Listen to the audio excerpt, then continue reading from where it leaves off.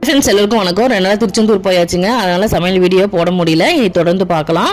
இந்த திருச்செந்தூர் போயிட்டு வந்த பயணங்கள் வீடியோ என்னோட நீங்கள் இப்போ பார்த்துட்டு இருக்க யூடியூப் சேனலில் நான் போட்டிருக்கேன். நீங்களும் போய் பார்த்துட்டு எப்படி இருக்குன்னு கமெண்ட்டில் சொல்லுங்கள். வாங்க என்ன சமையல்னு பார்க்கலாம். சுடான சாப்பாடு ரெடியாக இருக்குங்க.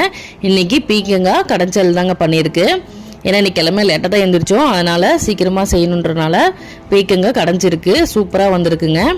நல்லா வேக விட்டு நல்லா கடைஞ்சி எடுத்துருக்கு. அடுத்து பார்த்திங்கன்னா பீக்கங்காய் சட்னி செஞ்சுருக்கு. அநேகமாக நிறைய பேர் சட்னி செய்ய மாட்டாங்க பீக்கங்காய் தோலில்.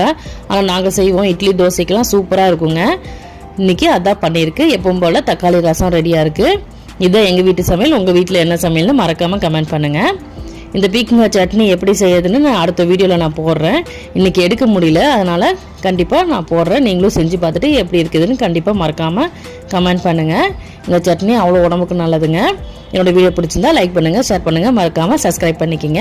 என்னோடய வீடியோவில் தொடர்ந்து பாருங்கள். தேங்க்யூ.